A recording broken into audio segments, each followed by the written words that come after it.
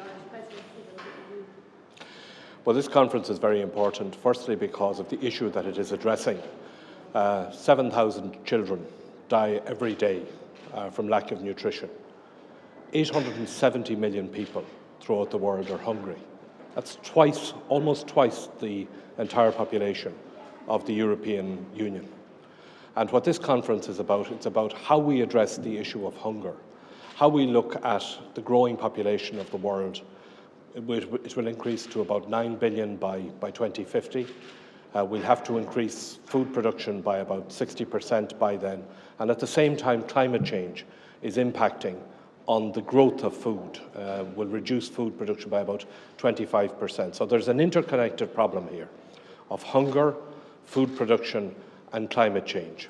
And what this conference is about pulling those problems together and looking at finding a solution to them so that we will feed into the review of the Millennium Development Goals, which will be taking place after 2015. There will be a major United Nations conference later this year, and this conference here in Dublin today is about preparing for that, about pulling together the problems of hunger, nutrition and climate change and finding practical solutions. What do you think you'll achieve by the end of tomorrow? Well, what we hope to do is, because what we have here is we have representatives, experts in the field of climate change and hunger, but we've also got representatives of the people who are growing the food, particularly in Africa, smallholders, the women who are running farms in Africa, who are trying to feed their own children, who are trying to get the whole food put together.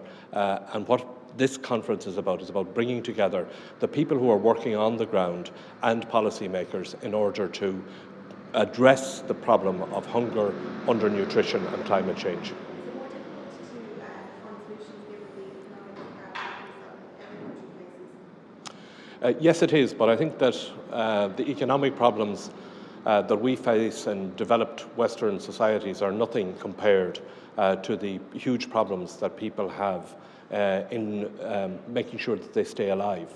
870 million people who are hungry, 7,000 children who die every day from undernutrition. These are problems that there's a moral obligation in the world to address.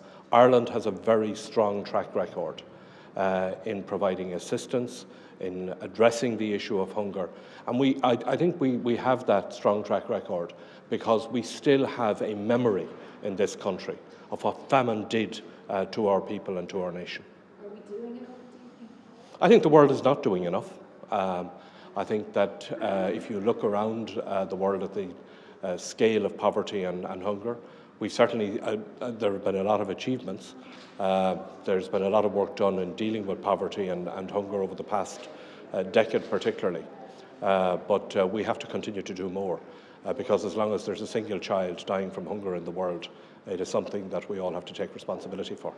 If I can just ask about something a little bit different there. We had this weekend the Constitutional Convention, members there voting overwhelmingly in favour of same-sex marriage. Is that something we're likely to see legislation coming through the House? Well, I very much welcome the decision of the Constitutional Convention to recommend that there should be a referendum on same-sex marriage. That is something that I too hope that we will have a referendum on. It is something that we will be addressing in government once the Constitutional Convention makes its report. The reason, of course, that we asked the Constitutional Convention to examine this issue was because we felt that it was an important issue to be looked at. I believe myself that same-sex couples should have the right to marry. I'm glad that the Constitutional Convention has recommended that,